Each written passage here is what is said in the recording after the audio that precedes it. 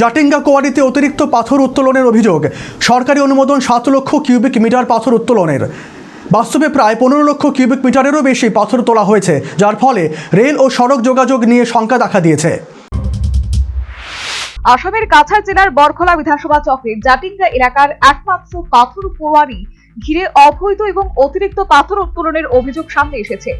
অভিযোগ উঠছে, সরকারি অনুমোদনে 7 লক্ষ কিউবিক মিটার পাথর উত্তোলনের সীমা থাকলেও বাস্তবে প্রায় 15 লক্ষ কিউবিক মিটারেরও বেশি পাথর তোলা হয়েছে ব্রডগেজ রেল লাইন ও জাতীয় সড়কের অত্যন্ত সংলগ্ন এলাকা থেকে। এর ফলে বর্ষাকালে বরাক উপত্যকার রেল ও সড়ক যোগাযোগ ব্যবস্থা বিপর্যস্ত হওয়ার আশঙ্কা তৈরি হয়েছে। আরটিআই এর মাধ্যমে প্রাপ্ত তথ্য প্রকাশে এনে বিষয়টি তুলে ধরেছেন বরখলা বিধানসভা চক্রের বিজেপির মনোনয়ন প্রত্যাশী তন্ময় পুরকায়স্থ। ইতিমধ্যে কাছাড় বন সংমণ্ডলের বিভাগীয় বন আধিকারিক এর কাছে স্মারকলিপি জমা দিয়ে দ্রুত ব্যবস্থা গ্রহণের দাবি জানিয়েছেন।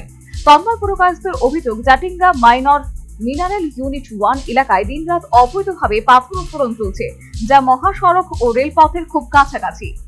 অতিরিক্ত খননের ফলে সড়কের নিচের অংশ ফাঁপা হয়ে পড়েছে এবং খরস্রোতা জাটিঙ্গা নদীর স্রোতে বর্ষাকালে যে কোনো সময় ক্ষতির আশঙ্কা তৈরি হয়েছে।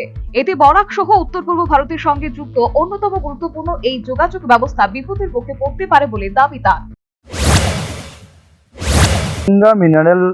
মাইনর মিনারেল ইউনিট সেটাকে ইমিডিয়েটলি বন্ধ করার জন্য কারণ হচ্ছে যে আমাদের যে মহাসড়ক যে রোড দিয়ে আসছে, ঠিক মহাসড়কের পাশে এই মিনারেল এখান থেকে পাথর লিফটিং করা হয় এবং এইখানের পাথর লিফটিং এর কারণে মহাসড়ক আগামী দিনে আগামী বছরগুলোতে ভাঙ্গার একটা ব্যবস্থা করা হচ্ছে।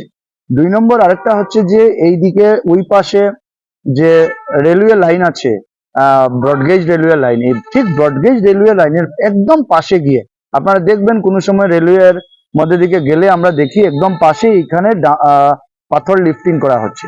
তো এই দুটা প্রজেক্ট যেটা আস্থা এন্টায়ার বরাক ভ্যালিকে বাঁচিয়ে রাখছে যোগাযোগ ব্যবস্থা, সেটা এন্টায়ার যোগাযোগ ব্যবস্থাকে নষ্ট করার একটা ব্যবস্থা করা হচ্ছে এই লিফটিং এর মাধ্যমে।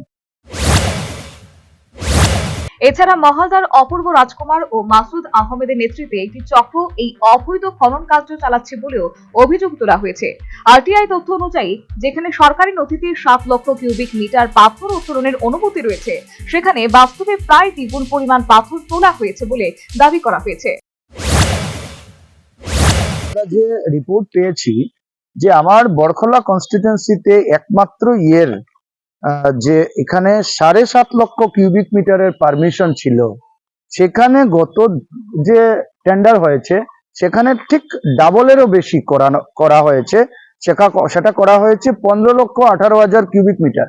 তো আমি বলছি আজকে যে একটা জায়গাতে এত বছর পাথর উত্তোলন করা হলো, করার পরে কিভাবে পাথর বেড়ে গেল, এলাকা কিভাবে বেড়ে গেল যে এখান থেকে ডাবল কিউবিক মিটার আপলিফট করার জন্য পারমিশন দেওয়া হলো।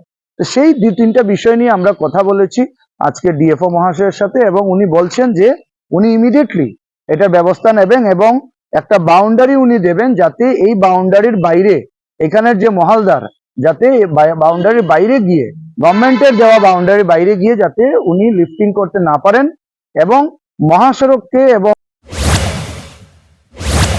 অভিযোগ উঠেছে, বন বিভাগের নজরের সামনে এই কার্যকলাপ চললেও যথাযথ পদক্ষেপ নেওয়া হয়নি।